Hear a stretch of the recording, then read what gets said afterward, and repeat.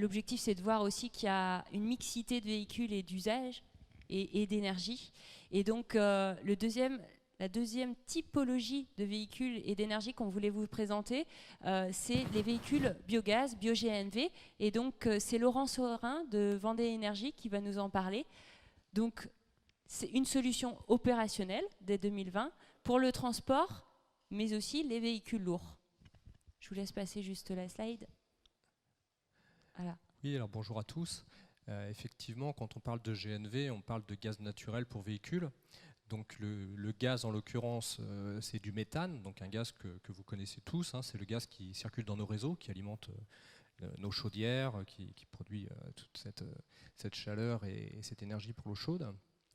Quand on parle de gaz naturel pour véhicules, en fait, on a deux technologies aujourd'hui qui s'appliquent par rapport à cette alternative énergétique. C'est du GNC, gaz naturel comprimé, et sa version bio-GNC, et le gaz naturel liquéfié, hein, pour avoir une autre typologie d'autonomie, puisque le gaz naturel liquéfié va permettre pour des véhicules lourds une autonomie un peu plus importante. Hein, donc quand on a ce cycle gaz naturel véhicule, en fait, il s'applique selon deux notions dans les stations. Alors, au-delà de, voilà, on a défini un petit peu ce qu'était le biogaz, maintenant c'est comment on le produit. Oui, alors effectivement, quand on parle de gaz naturel véhicule et qu'on part sur une approche à long terme, il va être difficile de défendre qu'on va développer pour la mobilité un gaz qui est issu d'importation. Aujourd'hui, 40% du gaz qui arrive en France vient de Norvège. On est plutôt sur une démarche aujourd'hui de valorisation du biogaz. Hein, ce biogaz qui est issu d'unités de méthanisation. Alors nous, au niveau de Vendée Énergie, on a dans notre ADN la culture de l'énergie renouvelable. On a avant tout dans cette dimension éolienne, photovoltaïque. On a une ombrière photovoltaïque sur le parking d'Ineo. Donc on est vraiment dans ce schéma-là. Donc s'intéresser à une énergie de développement et créer une filiale comme de Vendée GNV n'a de sens qu'à partir du moment où on est dans une filière renouvelable. Donc on va accompagner au niveau de Vendée Énergie des porteurs de projets, hein, pour des unités de méthanisation. Ici, on a la photo de l'unité de méthanisation de Métavie, hein, qui est au nord de La Roche-sur-Yon. Hein, cette unité va donc injecter dans le réseau de gaz naturel du biogaz. Ce biogaz, une fois qu'il est injecté, eh bien, c'est à partir de cette connexion à nos stations, puisqu'on est raccordé au gaz naturel du réseau, que l'on va comprimer ce gaz pour alimenter des véhicules. Hein, donc on est vraiment dans cette démarche de circuit court. On a la chance en Vendée d'avoir une agriculture méthanogène, donc il faut en profiter. On va développer donc cette dimension pour pouvoir utiliser un gaz renouvelable. Aujourd'hui, dans nos réseaux en Vendée, on a déjà plus de 10% de biogaz. Hein, donc on est déjà au-dessus de la moyenne nationale, on est déjà en train d'aller vers cette dimension, et on espère bien qu'en 2040-2050, on sera à hauteur de 100% de biogaz dans nos réseaux. Donc on est vraiment dans une démarche où le biogaz a de l'avenir à partir du moment où on est dans cette dimension de circuit court, circuit avec un produit renouvelable. On n'est pas en train de développer une énergie fossile pour remplacer notre énergie fossile. C'est très très important parce que sinon on pourrait se demander quelle est la place du gaz dans une aventure telle que la mobilité. On ne serait plus du tout dans une économie circulaire locale. On serait dans une autre dimension et ce n'est pas ce que l'on recherche aujourd'hui. Et on le verra aussi notamment sur l'énergie hydrogène. Sur les autres types d'énergie. Alors, on parlait des véhicules lourds. Quel est l'état des lieux, en fait Alors, l'état des lieux, tout à fait. On a un état de lieu qui est sur une activité qui est en plein développement. Donc, à aujourd'hui, on a environ 8000 véhicules lourds qui circulent en France, principalement des autocars, hein, c'est quelque chose, des bus de ville notamment, des camions, de plus en plus de bennes à ordures. On a à peu près 20 000 véhicules en France aujourd'hui qui roulent entre le véhicule léger, le véhicule utilitaire jusqu'au poids lourd. En France. Alors, quand on compare d'autres pays voisins, on est dans des perspectives bien plus importantes, hein, puisqu'en Italie, on a dépassé le million de véhicules qui roulent au gaz. Mais on est vraiment sur un développement, et je pense que la France est en train de prendre un chemin de complémentarité de la mobilité avec des énergies telles que le gaz. On espère, et ça c'est les objectifs de la PPE, atteindre les 40 000 véhicules en 2023, et on voit les progressions très rapides sur une base de 110 000 véhicules je dirais en 2028-2030. Donc avec une proportion de bus et cars et de poids lourds qui va, à mon avis, représenter la majorité des véhicules qui rouleront au biogaz.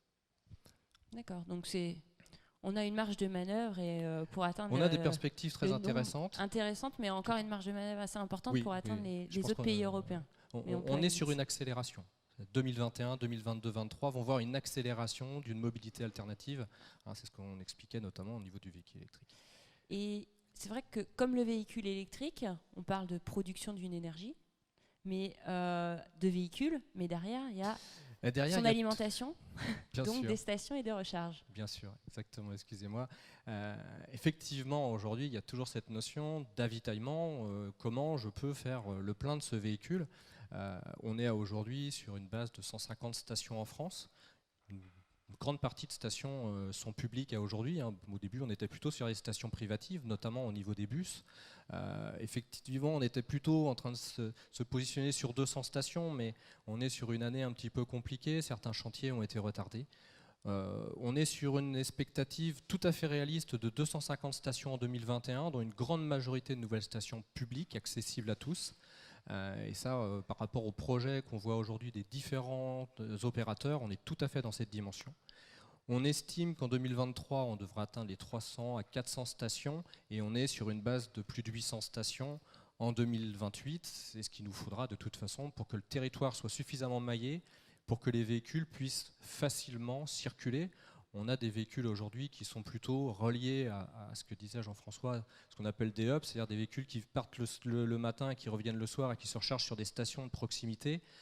On est en train de travailler avec les transporteurs, avec nos clients, sur des véhicules qui sortent du département aujourd'hui et qui vont faire des allers-retours depuis la Vendée jusqu'au sud-ouest de la France. Ils font le plein au départ, ils font le plein à l'arrivée et on fait des allers-retours et on a des trajets aujourd'hui qui se font facilement. Donc on est en train de sortir de notre zone de confort. Et je pense que ça aussi, ça montre qu'on est en train de passer d'autres étapes dans cette transition énergétique. Et puis multi-énergie, multi-véhicule, multi-usage, je veux dire aussi que, mais je crois qu'on en reparlera tout à l'heure avec notre prochain intervenant, des stations qui vont un petit peu évoluer à être multi-énergie. Exactement, on est en train de travailler sur la station de demain et je pense que François va nous montrer une belle, un beau projet tout à l'heure. Alors justement, le constat en Vendée, quel est-il ? Le constat en Vendée, il est plutôt bon aujourd'hui. On a 4 stations en Vendée qui sont actuellement en activité, 4 stations publiques.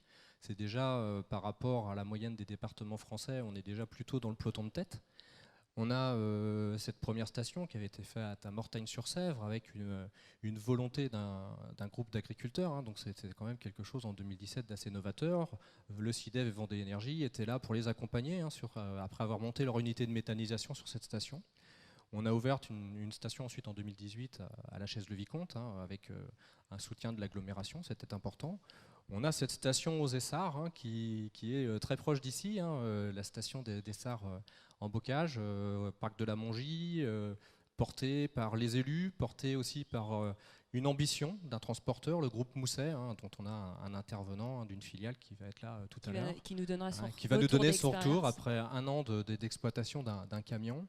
La station de Fontenay-le-Comte qu'on a inaugurée mardi, on était vraiment très très heureux d'avoir une participation assez forte d'ailleurs. Donc un maillage du territoire en fait qui est en train de progresser parce qu'après ces 4 stations, on a 4 projets qui sont en train de prendre forme d'une façon assez rapide. Je pense que là, la station de Chaland, ça va devenir concret assez rapidement. Il faut déjà l'annoncer parce que je pense qu'on a des effets là qui viennent de nous arriver, qui nous tendent à montrer que là, on a aussi encore des élus locaux qui nous accompagnent. On a effectivement les Sables d'Olonne aussi, avec une ambition forte. Il y a des perspectives intéressantes. La Roche-sur-Yon, on a une deuxième station qu'on va installer à La Roche-sur-Yon, donc on est vraiment en train d'accélérer. Et là, François va nous expliquer aussi ce qui va se passer. Et puis, ce projet de Montaigu-Boufféré, pareil, on est tout proche de cette communauté de communes. Donc on a 4 projets très concrets à venir. On va être d'ici 2-3 ans à 8 stations sur la Vendée. Peut-être que derrière on fera d'autres stations après ce maillage structurant qui avait déjà été un maillage qui permet aussi de favoriser ce nouvel usage et de favoriser et puis de donner envie aussi de pouvoir franchir le pas sur ce type de véhicule. Oui, il faut absolument, et c'est la volonté du territoire au niveau de la Vendée, pouvoir positionner les stations à des endroits très stratégiques pour pouvoir cette accessibilité, permettre aux transporteurs d'être rassurés par rapport à ce que l'on est en train de mettre en place, leur permettre aujourd'hui de pouvoir trouver des nouveaux trajets, de discuter avec les donneurs d'ordre, de discuter avec leurs clients. Et je pense qu'aujourd'hui, on est sur la bonne voie. C'est un travail peut-être un peu de longue haleine, il y a tout un mouvement, mais on est dans une étape aujourd'hui où, et on va le voir sur le retour d'expérience, ça fonctionne. Ça fonctionne, comme on dit. Ça fonctionne et puis bien. il faut qu'on y aille, en fait. Oui, C'est agir oui, maintenant, ouais, on a maintenant. toutes les technologies, on n'est plus en recherche, mais on est plutôt à concrétiser sur nos territoires pour changer nos modes de déplacement et notre mobilité. Tout à fait.